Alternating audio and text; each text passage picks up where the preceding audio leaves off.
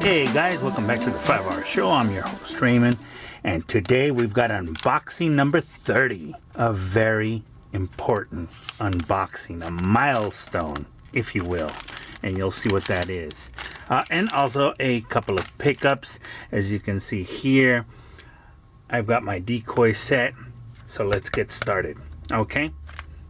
Alright, so before we open this one, let's get started with this. Now you can see this already. So I picked this up for $3 or sambiakuen. And the reason I picked it up is I thought this thing was so cool. I'd never seen one, and I thought, you know what, I better pick this up. May never see another one ever again. So it's 300 yen. Unfortunately, one of the engines is broken, which is fine. And we could probably slap a piece of plastic on there. But anyway, it is a 240 ZG Fair Lady. So I thought that was cool. And the thing about it, the strange thing about it is those tires. The front is a Tomica. The back is sort of like a power Tomica or a kind of like a Chorokyu. But you know, so I just thought, you know what, that is really a cool car, and I just could not leave it behind. So this one is known as a Tomica Dash. A Tomica Dash. It is a 1977 Tomy, made in Japan, with the little logo there for Tomy Toys. And then it's got a patent P, and then it has the number 113622. So it's a 113622. So I'd never seen this before, ever. And of course, it's held all in by one rivet. So, yeah, I don't know how this. Oh, so you got forward.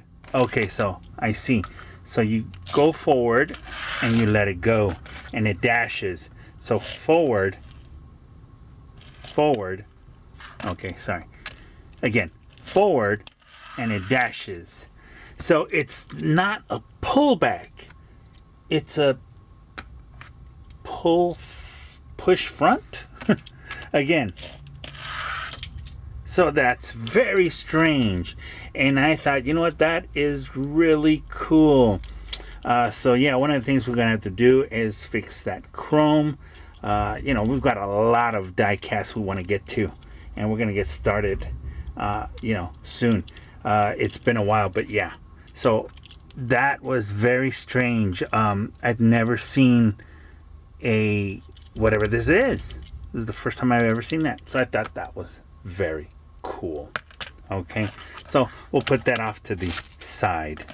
All right, and then of course, you guys know what this little bag means. That was nice enough to say thank you. And of course, these are Star Wars. So of course, here is a Royal Guard.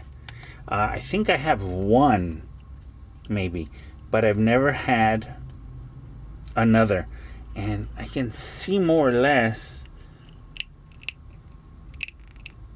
Oh, I'd never seen that before. So, I've never seen that. But anyway, so yeah, there's a Royal Guard. And actually, there was a second Royal Guard. That one seems to be in better shape. The other one looks like it's coming off. So there was two Royal Guards, picked them up, and this one. It's a cool looking 3PO unit. So it looks different. And this one says C3PO. But I don't know, it does say 3PO in there, but it could have been a release for a prequel trilogy. So this could have been one of those other droids. But nevertheless, I picked it up. It is a legacy character. So those were our pickups here. 2 Royal Guards, a 3PO unit, and this cool Fair Lady, which I've never seen before. And it doesn't even say it's a Fair Lady, but you know it's a Fair Lady because it's a 240 long nose Z. And I don't know if those were ever released in America, you know. So anyway, I thought that was so cool. Yeah. So anyway, so that was it for those pickups, which were, again, very cool. But now let's get to the creme de la creme, and you'll see why. So I'm going to cut it over here.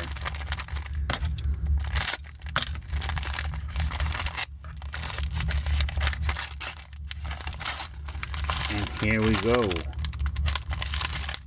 So, the thing about this one is that after I had purchased those other Keshigomus, you know, robot decoys, the transformer decoys, the one final piece came out and I couldn't believe it. And so let's get this open, and because I am kind of stoked. And here we go. Let's see. And so yeah, it came with one of these, which is it's pretty cool. I don't really care for it, but you know, it is what it is. And then it came with a little one, like a pencil topper. These are Beast Wars, of course. But again, these are not of interest to me. What was of interest to me was this piece and that piece only. And so let me adjust the camera. All right, and there you are. That was the last piece I needed to complete that set.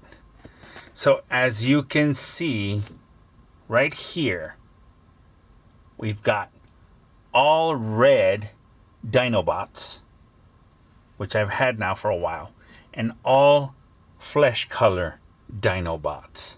Now let's compare these. That's what this unboxing really is. Number 30 is really the completion of these sets. So as you can see here, we've got Sludge.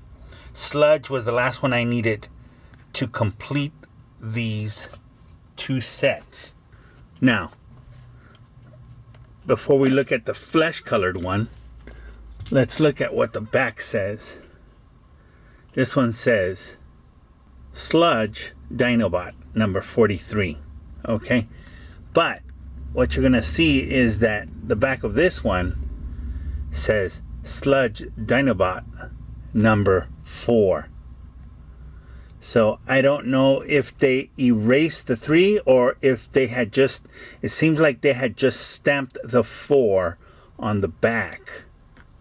So I thought that was kind of strange. So technically, this is a not a remold, but well, maybe a remold. So they just remolded the 4 on top of the 43. So I thought that was kind of strange. They could have just filled in the 3, but well, whatever. So Sludge is 43, and the flesh color Sludge is number 4. So we're gonna leave those backwards. And then the next one is Swoop. Swoop is a 53, a Takara 53. Now here's the thing. It doesn't say Dinobot. It just says Swoop on the bottom. So, what does the flesh color one say? The flesh color also says 53. And it has the Swoop on the bottom. So, while Sludge is different, here in this case, Swoop is identical. Now let's look at Snarl. Snarl has a number 44 on the back. 44. Okay, so it's got a 44, and it says Takara, and on the bottom, or I'm sorry, I believe it's, where was it? I forgot where it was. Oh, there it is. Snarl. It's right below the backpack Snarl. Okay, so number 44 Takara Snarl, and then for this one, it's different. So it's got a number 2 Takara Snarl. So this one is a variation. So that's number 2 there, and this red Snarl is number 44. Now let's look at Grimlock.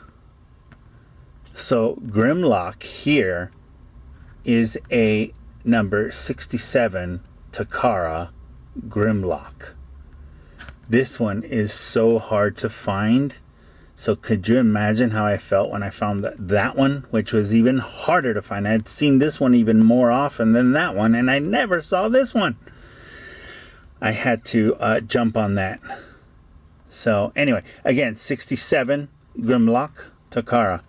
But this one is identical. Actually, is it? Yes, it is. I'm sorry. It looks like an S. Now, yeah, it's probably a misprinted number 67. So it is a S. I'm sorry, a 67. It looks like an S. It looks as if it was misprinted, but it could have been... I'm sorry, it is a 67. I don't think it's an S, but it looks like an S. So anyway, these are also identical. And then last but not least, of course, we've got Slag. And of course, they're all really cool Autobot decoy Dinobots. And so on the back, as you can see here, you have Slag Dinobot Takara. If you can't make it out, sorry. So yeah, it's there. It's on the back, and then this one is number 50. And so on the back of the flesh color one, we also have an identical Slag number 50 Dinobot Takara. So of all 5,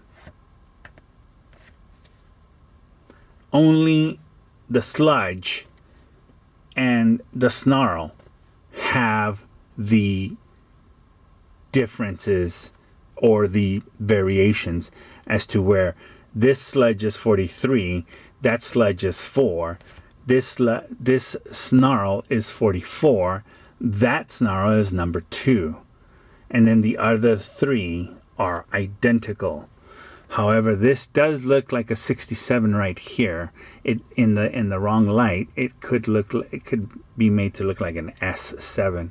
So originally I thought that was a difference, but it isn't. So anyway, so that's what we've got for you today. I have a really good feeling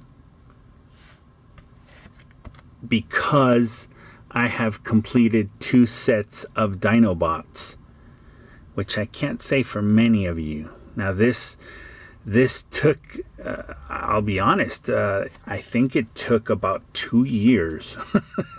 So 2 years in Japan to able to collect a regular Dinobot set was, it was already, in 2023 is already kind of difficult, but to collect a flesh colored set was a miracle. But anyway, so I do have a spare Swoop, and it seems that Swoop and Snarl are the ones you often find as opposed to Slag, Sludge, and Grimlock. Grimlock of both are really hard to find. Swoop in red is very hard to find, but Swoop in flesh is very easy to find. Sludge, Snarl, and Slag in red are very easy to find. Swoop and Snarl are easy to find in flesh, but the Slag, Grimlock, and Sludge are very difficult to find in the flesh color. So as you can see, after studying Japanese websites, the shopping, missing out on some listings, And finally being able to complete 2 sets of these Dinobots. Trust me when I tell you that some flesh-colored Dinobots are a little bit harder to collect or find than some of the red ones. It's up in the air. After I had these 4, I said, oh man, that feels pretty good. I got 4 of these flesh-colored Dinobots. All I need now is just a regular sludge, which I thought was going to be difficult because I'd never seen it before. I'd seen these 2 and this one, and I'd never seen the Grimlock. And so I had never seen the sludge. And as soon as I got these 4, I said, oh man, I'm in for a year or more of just waiting for sludge. But then, lo and behold, found it. And there it is. The 2 complete red and flesh color Dinobot Transformer decoys. Ladies and gentlemen, thank you so much for joining me today on this episode. It is another episode of completeness after shopping for so long, finding parts here and there. It's really difficult. Japan is like that sometimes. Sometimes you'll find a lot of something, then boom, it vanishes, it's gone. You'll never see it again for an era. You know, in this case, it is a struggle.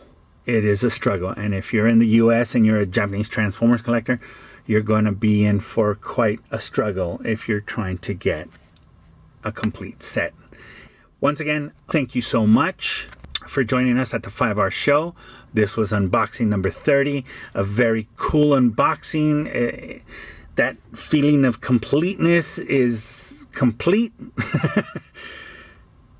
All the Dinobots are here. All of them.